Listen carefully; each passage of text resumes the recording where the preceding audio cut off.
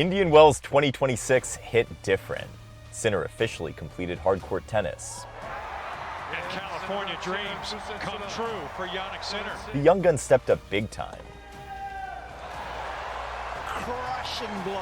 And Prime Medvedev, oh, he went off on everyone in his path. But with the action came total chaos. Epic meltdowns that had everyone talking. VAR drama that split the room. I do feel a bit hard done by because I didn't think that it distracted him enough to lose the point. And women's tennis quietly shaping up into a brand new two rivalry. In a week where the brutal desert conditions spared nobody, both tours went all out in tennis paradise. Here's a quick rundown of the men's and women's finals, the major storylines that popped up, and of course, the moments that made Indian Wells 2026 one for the history books. Former top 10 guys kicked things off in the desert, and honestly, it wasn't pretty for many of them. For the first time since 2018, Tsitsipas showed up to a Masters 1000 as an unseeded player, and drawing Shapo in round 1 was about the worst thing that could have happened to him.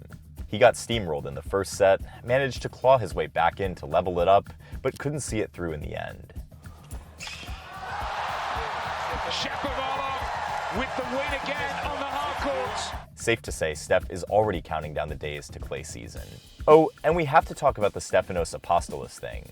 The constant back and forth after literally every single point, it actually earned Steph a code violation. Elsewhere, another former top 10 guy, Hurkacz, got taken out by Kovacevic in 2 close tiebreaks. He then decided to play in the Capcana 175 Challenger, but then got beaten again, this time by Mattia Bellucci.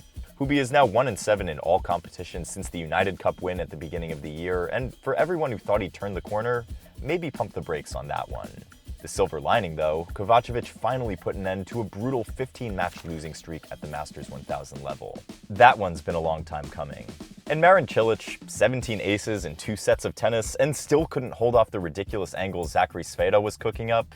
Wild stuff. Fast forward to round 2, and we had some of the most anticipated clashes. Rublev and Khachanov both rolled in late to Indian Wells, and both went down in their openers. But the match of the day, Khachanov versus Fonseca, no question. Khachanov had 2 match points in the second set tiebreak and just couldn't cash in. We'll circle back to Fonseca in a big way, so don't worry, more to come on that later. Musetti's opener against Fucsovics was his first match back since picking up that injury in January, and honestly, expectations were pretty low going in. Fucsovics ran away with the second set, and you could tell straight away, Musetti still needs a bunch of matches to shake off the rust and get back into his rhythm. Man, this one really stings because this is a guy who completely outplayed Novak in Melbourne and was finally figuring out hardcourt tennis at the highest level. Now, he basically has to start from scratch. To make matters worse, Musetti also has over 2,000 points to defend during clay season. Let's hope he comes back fully healthy because the tennis world is just way more fun with him in the mix. The same goes for Novak. He's since pulled out of the Miami Open with a right shoulder injury, but there were actually a lot of positives to take away from his Indian Wells run. In his first tournament back after the Australian Open, Djokovic battled through back-to-back 3-setters against Majchuk and Kovacevic just to make it to the round of 16. The first time he'd gotten there in 9 years. Just seeing Novak dig in during those matches this time of year was genuinely encouraging. Unfortunately, he ran into the defending champ Draper, who had been building momentum. Before the match, Novak revealed he'd been managing a weird right forearm injury, hence the compression sleeve. But that still didn't slow him down, and he actually broke Draper when it mattered most to steal a tight first set. He makes his move. Draper fired back with an early break in the second, to which Novak responded, but then got broken to love in the 9th game, and Draper just simply leveled it up. Then came the decider. Draper started making the rallies more physical, wore Novak down, got the break. In your life, have you ever seen anything like it? But then played a sloppy service game and gave it right back. Classic tennis. But Draper stepped up at 4-all in the tiebreak and took the match by the horns from that point on. Draper had his backhand to lean on again at match point as he overcame Djokovic for the first time. Superb quality from both men after 2 hours and 37 minutes of play. And Novak's reflection after the match tells you just how motivated he is these days. Bitter feeling right now, losing the match like this, but proud of myself for fighting and really giving it all on the court. With not much time to recover after the Novak win, Draper set his sights on Medvedev, but the entire match was overshadowed by this one moment. Check whether or not Mr. Draper made a sign during the rally. This is an interesting one, especially when you review it in hindsight. To me, it seemed that Draper thought the ball was out and signaled the Medi and the chair umpire in kind of a what's going on kind of way. Now, you can't do that in tennis, especially if the point is still live. As to the concern of whether or not it impacted the point, Medvedev said he didn't go for the next ball, which I find pretty confusing because he cooked a forehand down the line, and then the rally continued for another 7 shots. It was only after the fact that Medi called for the review and VAR confirmed a hindrance. So was it a hindrance? Perhaps, but the credibility of that needs to be called in the moment, not 7 shots later after you net a backhand. And then there was world number 4 Sasha, who had a terrific run to the semis, becoming only the 5th player to reach the semifinal at each of the 9 current ATP Masters 1000 events. From having a flawless opener where he only lost 6 serve points all match against Berrettini, to grinding out a tough 3-setter against Nakashima, Zverev made his intention clear, to be more aggressive with the forehand, and we saw how much of a role that played in the straight sets wins over Tiafoe and Arthur Fils. I mean, he produced an especially complete performance on the attack and defense. It almost feels like Sasha saw the recent deep dive we made on him and decided to dial up the aggression a notch. However, he came up short against Sinner in the semis, losing in straights. Jannik's return quality was just on another level. Zverev jumped out to win his first 8 service points, but Sinner made the adjustment, dropped back in the return position, and dragged Sasha into longer rallies. Meanwhile, Sinner drilled 24 out of 29 first serves, a number most of us can only aspire to. Sasha heads to Miami knowing he's got work to put in, 6 straight losses to Jannik now. That's a code that he just hasn't cracked yet. Before taking on Sasha, Jannik had to go through Fonseca, and honestly, if Fonseca hadn't saved those 2 match points against Khachanov in the opener, we might not even be having this conversation. What followed was an absolute demolition against a seasoned former top 10 player in Tommy Paul. The most noticeable improvement in Fonseca's game was his improved defense and footwork, which had historically been a weakness in his game. He was turning points around that he would have totally just let go a year ago. Watching Fonseca last week, you could also tell that he's playing smarter now rather than just bashing every single ball. The willingness to dig in defensively is just another indicator of how fast Fonseca's development has been going. A masterclass against Tommy.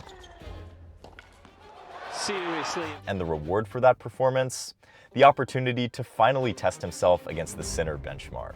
Fonseca raced out of the blocks, going toe-to-toe with Sinner from the baseline early on. Crushing. With the first set going into a tiebreak, Fonseca held 3 set points, but Sinner came in clutch and won 5 points in a row to deliver the first blow. Sensational. Sinner then went up a break in the second set, and he had the opportunity to serve out the match, though Fonseca showed the stuff he's made out of and broke Sinner to love. But once again, Sinner was just the better man during the tiebreak. In the end, it came down to 1 or 2 points. Fonseca played at an insane level, and you can tell that just with a bit more experience to handle the pressure in big points, he can be right there with Sinner and Alcaraz. I think the level is still there, of course, and I can play against him, so... Fonseca mania is back, and it's 100% real. The only question is, how do we keep the takes from completely getting out of hand every single time he either wins big or drops a match? Because it just feels like there's no in-between with this guy.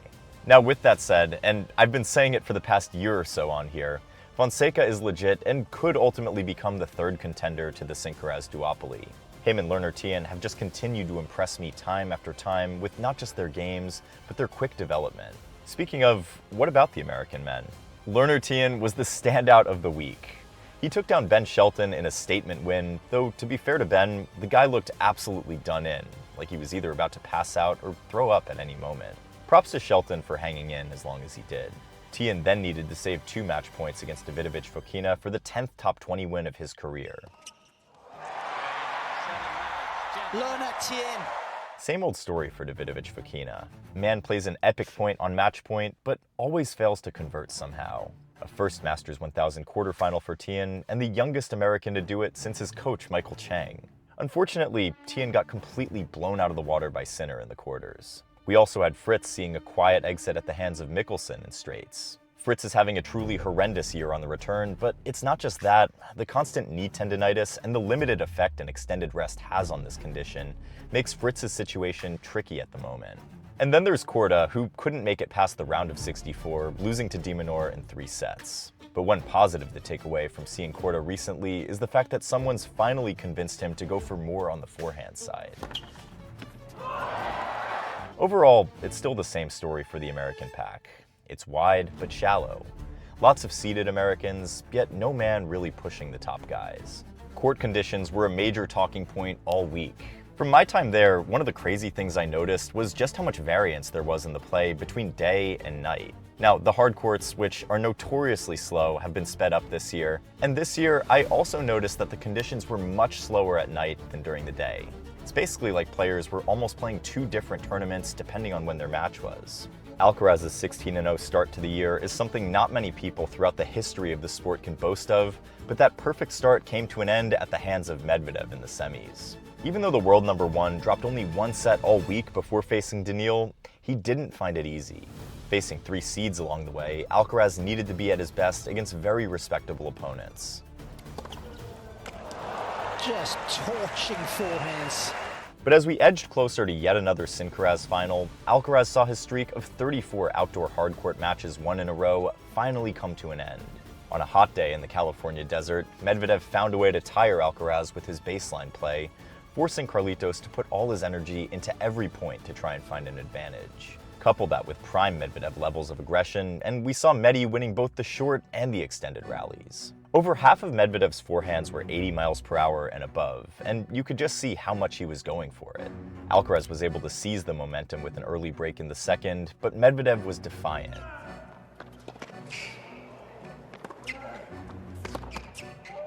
Alcaraz would later earn 2 set points, but was unable to force a decider as Medvedev just kept on him with the aggression.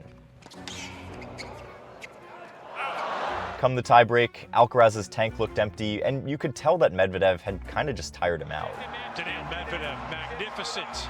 After the match, Carlos said he had never seen Medvedev play that way. I've never seen Daniil playing like this before. But here's the thing, even the best players in the world get bested on some days. Alcaraz has been so clinical in the last 52 weeks that the Alcaraz versus Prime Roger Federer hypothetical matchup became a thing, so I made a video breaking it down. A 3rd Indian Wells final and a 3rd final in 2026 for Medvedev, and he did so without dropping a set, just like Sinner. It was the first time since 2015 that we would see 2 players reaching the finals at Indian Wells without dropping a set, since Djokovic and Federer both did it. It wasn't the Sinkaraz final we were hoping for, but honestly, it still delivered. Sinner was looking to complete hardcourt tennis at age 24, a feat no man had pulled off before age 30. Medvedev was looking to foot the finishing piece in his own puzzle. High stakes all around. Medvedev's game plan was crystal clear from the jump: force more backhand-to-backhand exchanges by going down the line with the forehand. It's worth noting, Medvedev is the only player in the top 20 who hits more backhands than forehands. And the strategy, well, it largely paid off. Sinner racked up 11 backhand unforced errors to Medvedev's 5. I mean, just look at this. And just as he did against Carlos, Medvedev tried to make the rallies extremely physical for Sinner. Now, here's where things get interesting.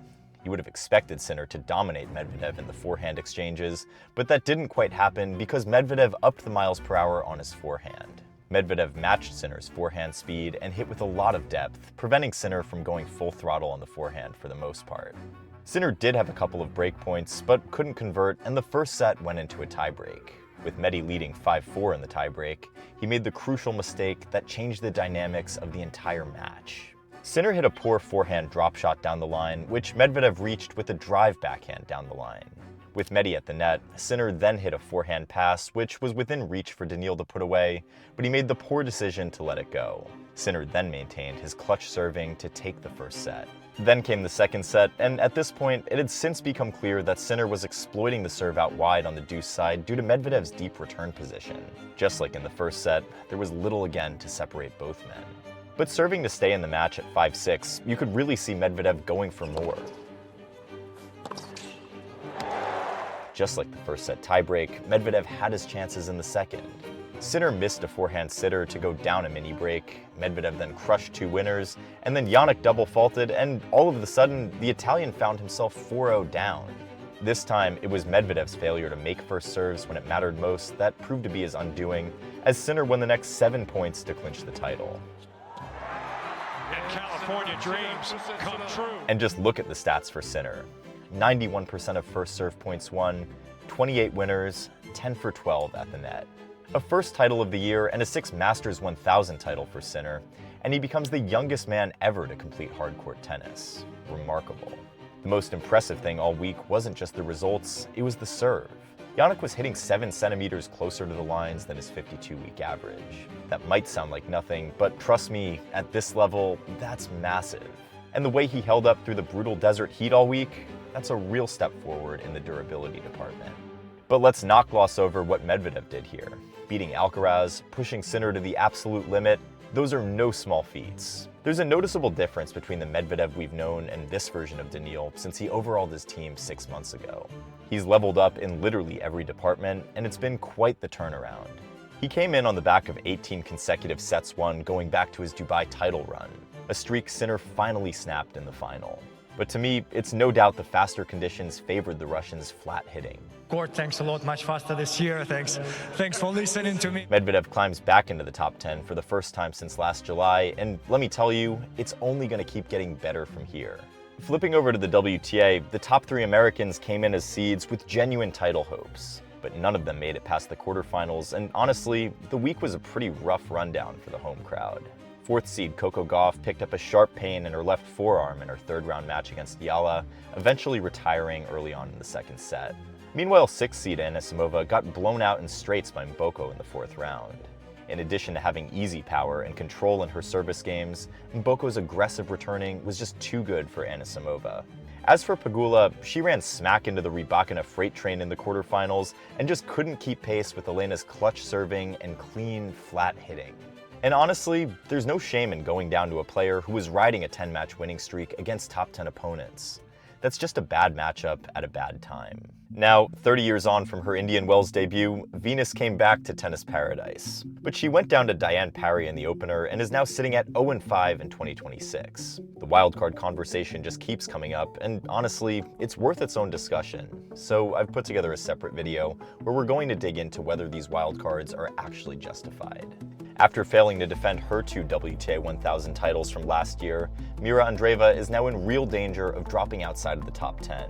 She's still only 18, still growing into her game, but watching her fall apart under pressure this past week was genuinely tough to watch. Smashing rackets, cursing, the whole spiral of negative body language just feeding into itself. And look, everyone loses their cool. That's not the issue. The issue is that she couldn't hit the reset button and dig in afterwards. Nobody's expecting her to be ice cold like Rybakina, but she's got to hold it together better than that in the big moments. That's the next step for Mira. Meanwhile, Iga Swiatek is going through something we genuinely haven't seen from her before. After going down to Svitolina in the quarterfinals, Iga has now lost 5 consecutive matches against top 10 opponents, the first time that's ever happened in her career. And zooming out, the numbers don't paint a pretty picture. Since the start of the 2024 Olympics, Iga is 12-15 against top 10 players. From the start of 2022 until then, she was 37-12. That's a massive drop-off. Her level has clearly come down a notch, and I can't fully pin down why. But I think the depth of the field is a huge part of it, and players just aren't scared of her the way they used to be. They're coming after her right now, and she's struggling to hold them off. Iga might genuinely need to go back to the drawing board. But let's give it up for the woman who took Iga down. Alina Svitolina's 2026 just keeps going from strength to strength. She's currently sitting 7th in the live rankings, her highest since 2021, and 4th in the WTA race. Svitolina has clearly put in serious work on the power and the aggression side of her game, and she is once again a genuine contender every time she shows up to a big event. Now, the final. And what a final it was. After coming agonizingly close on the sport's biggest stages more times than she'd probably like to count, Aryna Sabalenka finally got it done at Indian Wells. She saved a championship point against Rybakina and closed it out with 3 fearless, all-or-nothing swings. 3 years ago, Rybakina prevailed over Sabalenka in the final here, and just a year ago, it was teenager Mira Andreeva who snatched away the title. Sabalenka has been the #1 player on the WTA Tour for 81 consecutive weeks now, but has had her fair share of devastating defeats in championship finals. Coming into this one, Rybakina was 4-1 against Sabalenka in finals. Elena took the opener and got off to an early break in the second, but Sabalenka came to compete. Before we knew it, it became a one-set shootout between the two best players in the business. Sabalenka had the chance to serve for the championship in the decider, but played a loose service game to get broken. Then came the tiebreak, and both players left it all out on the court. Rybakina had the chance to finish with an ace like she often does, but Sabalenka, she was defiant. She reeled off 3 points in a row to win the title. The win ended Rybakina's 12-match winning streak against top 10 players. Both players certainly had their chances, but Sabalenka's mental fortitude shined through once again. A 10th WTA 1000 title, a 20th hardcourt title, and a 23rd career title for Sabalenka. She's only the 4th WTA player with 10 or more WTA 1000 titles. Rybakina, meanwhile, is officially the new world number 2 for the first time in her career, and looking at her performances over the past couple of months, we might be in for a new 2 rivalry as we have it on the men's tour. Is this the year Elena Rybakina becomes world number 1? With the first leg of the Sunshine Double in the books, we now head over to Miami. Guys, I'm going to be around at the tournament making a few videos, so if you see me around, be sure to say hi. I'm also looking for hitting partners in South Florida over the next few weeks while I'm here to keep working on my game, so if you're interested, hit the link in the description, and I'll be in touch. So smash that subscribe button so you don't miss a thing here on Courtside Tennis, and until next time, keep going for the lines.